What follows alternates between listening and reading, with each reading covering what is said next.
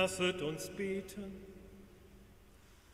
Allmächtiger Gott, erfülle die Verheißung deines Sohnes, sende uns deinen Geist, damit er uns in die volle Wahrheit einführt und uns das Geheimnis dieses Opfers immer mehr erschließt. Darum bitten wir durch Christus, unseren Herrn. Amen.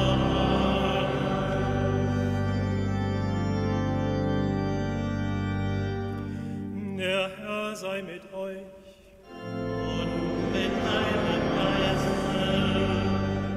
Erhebet die Herzen.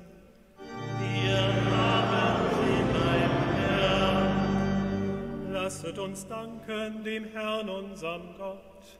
Das ist würdig und recht. In Wahrheit ist es würdig und recht, dir, Herr, heiliger Vater, immer und überall zu danken und diesen Tag in festlicher Freude zu feiern. Denn heute hast du das österliche Heilswerk vollendet. Heute hast du den Heiligen Geist gesandt über alle, die du mit Christus auferweckt und zu deinen Kindern berufen hast. Am Pfingsttag erfüllst du deine Kirche mit Leben.